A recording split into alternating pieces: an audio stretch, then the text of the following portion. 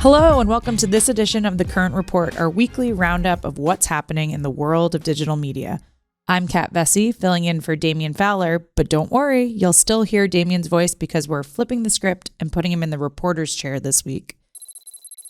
It's been a long-running joke that the holiday season comes up earlier and earlier in the U.S., with Christmas trees on sale long before Halloween decor. But the sound of holiday songs in stores may be music to brands' ears, who are trying to capitalize on their chance to enter the season. And that's something Damian covers in his latest story for The Current. And he joins me now. Hey, Damian. Thanks for joining me. Hi, Kat. Pleasure to be here on the other side of the aisle, as it were.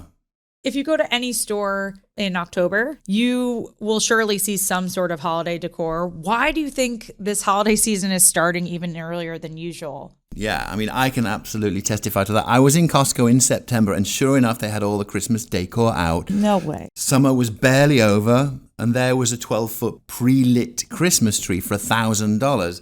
So it was a little bit shocking. I mean, ever since the pandemic caused this disruption in the supply chain, retailers are no longer prepared to just leave their holiday sales to the last minute. And it seems that consumers are ready to get a jump on their holiday shopping too. So that is definitely extending this holiday shopping season, all the way back to Labor Day and before. At the same time, agencies and brands are looking to capture attention and gain competitive advantage in a fairly competitive e-commerce environment, and looking to drive better ROI. So one agency I spoke to for the story was saying that holiday shopping is now taking up the entire footprint of Q4, which means October to December. So that's quite an extension. October to December.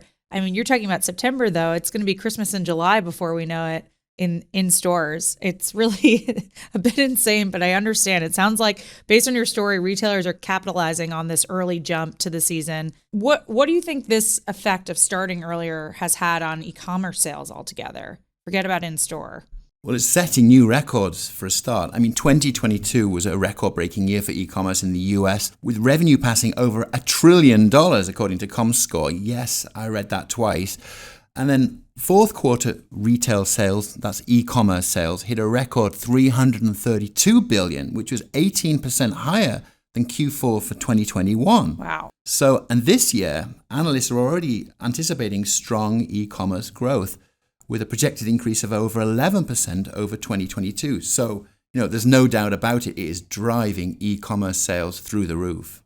And when I think of e-commerce, of course, Amazon comes to mind. They have their Amazon Prime Day, which starts, early in the season, October 10th and 11th. How do traditional holiday tentpole events like Black Friday and Cyber Monday fit into all of this as the season gets earlier and earlier?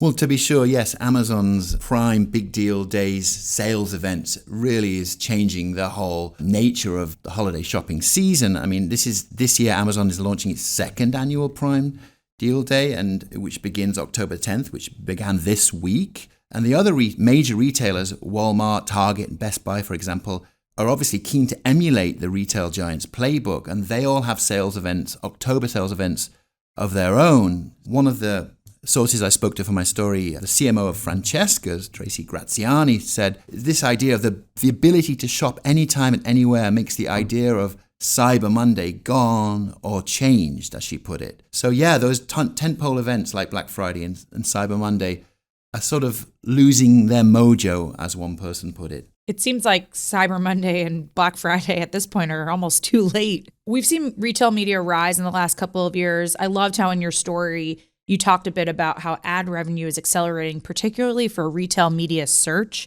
I wanted to get your take. What role do you think retail media search will play? Well, it's playing an increasingly big role. According to Insider Intelligence, the US retail media search ad revenue is going to grow at a rate that's nearly 4 times faster than the rest of search advertising this year. And what that means is that people are looking for products directly on a retailer's site.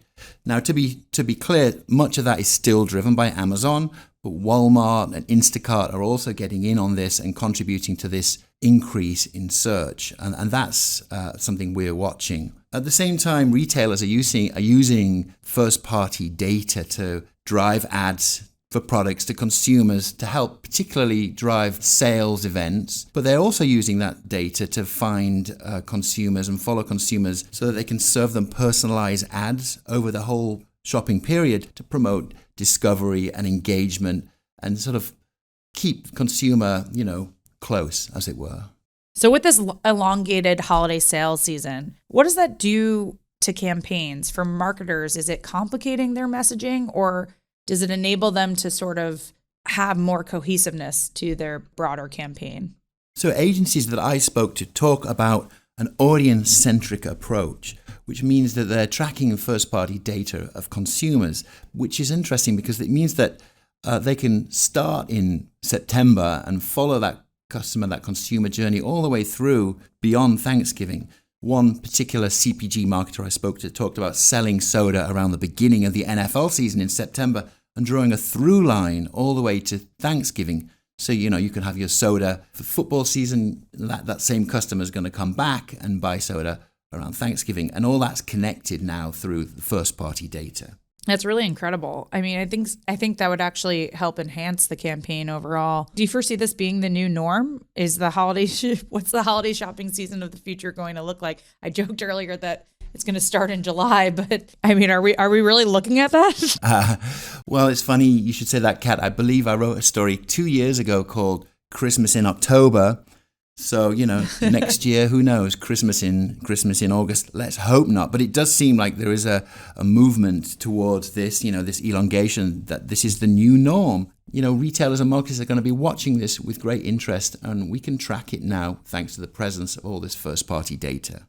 Well, thanks, Damien. All of this is just making me want to get a head start on my own holiday shopping list. So appreciate your insight and hope to chat with you again soon. Thanks. Great to be here. For more on this story, head to thecurrent.com.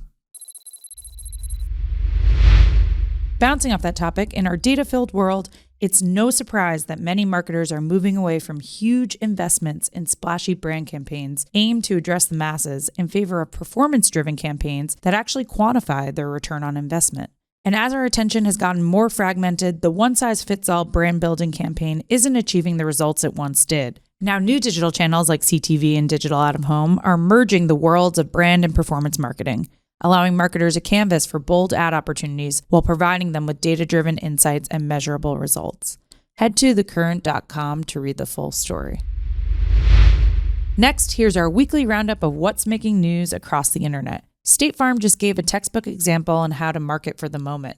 After Jake from State Farm and Donna Kelce, mom of NFL stars Travis and Jason Kelce, were spotted together in an Eagles game, the clip went viral, throwing State Farm's brand directly into the Taylor Swift-Travis Kelce romantic whirlwind. And the numbers back that up. The marketing stunt had the impact of 30 standard primetime ads and 172 cable ads, according to analytics firm EDO. Plus, we're over a year from Election Day 2024 in the U.S., but political marketers already have record spending in their sights. Ad tracking firm Ad Impact predicts political ad spending to reach at least $10.2 billion, 13% more than the 2020 election. And while traditional TV still makes up the biggest part of that spend, its share is notably shrinking. Connected TV is projected to reach $1.3 billion, with free ad-supported TV, or FAST channels, rising in prominence as a way to reach viewers. Live news is core to what FAST platforms offer and have made a bigger name for themselves since the last election. And that's it for this edition of The Current Report. For a deeper dive on all these stories and more, check out thecurrent.com. And of course, if you like our show, please like and subscribe on Spotify, Apple, YouTube, or wherever you listen. We'll see you next week.